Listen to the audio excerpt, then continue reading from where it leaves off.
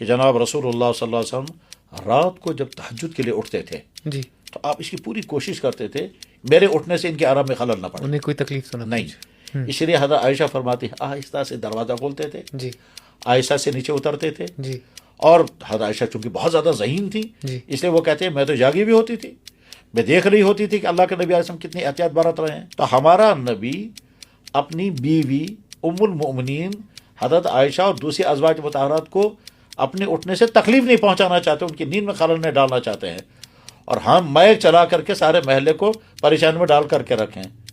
آپ اندازہ کیا جانا چاہیے سیرت کا پیغام کیا ہے.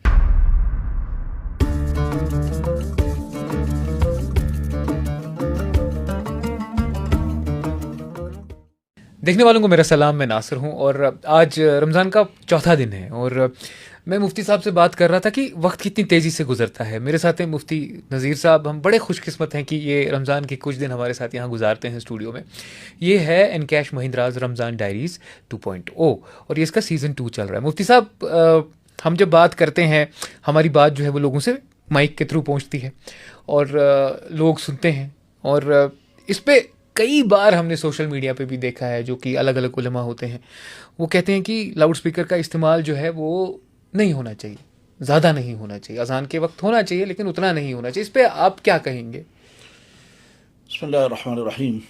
کیونکہ یہ میرے ذہن میں رہ گیا تھا، میں نے سوچا آپ سے پوچھ ہی لوں. بہت اچھا، یہ آپ نے ایک اہم ترین ٹاپک اٹھایا ہے، اور اس ٹاپک کا تعلق ہمارے پورے سماج کے ساتھ ہے. جی لاؤڈ اسپیکر کا غلط استعمال ہوں اور لاؤڈ اسپیکر کا ضرورت کا استعمال، جی اس کو سمجھنا بہت زیادہ ضروری ہے. اور اگر آدمی اس کو سمجھتا نہیں ہے تو اس کی وجہ سے کبھی انسان سمجھتا ہے میں نے بہت کچھ اچھا کر رہا ہوں لیکن وہ اچھا نہیں ہوتا. مثلا عبادت خانوں میں، جی عبادت خانوں میں ہر مذہب والے اپنی عبادت خانوں میں اور مسلمان اپنی مسجدوں میں مائک کا غلط استعمال کرتے ہیں، اور اس کا سدھار کرنا بہت ضروری ہے. میں صرف مسلمانوں کی بات نہیں کر رہا ہوں، میں ہر مذہب والوں کی بات کر رہا ہوں کہ مائک کے غلط استعمال کے نتیجے میں معاشرے میں کتنی تنگی پیدا ہوتی ہے، لوگ کتنے تنگ آ جاتے ہیں، آوازوں کو سن سن کر کتنی نفرتیں پیدا ہوتی ہیں، یہ انہی سے پوچھیے. لیکن چونکہ اس کے پیچھے مذہبی تصور ہے اس لیے لوگ گھبرا جاتے ہیں کہ ہم کچھ بول نہیں سکتے.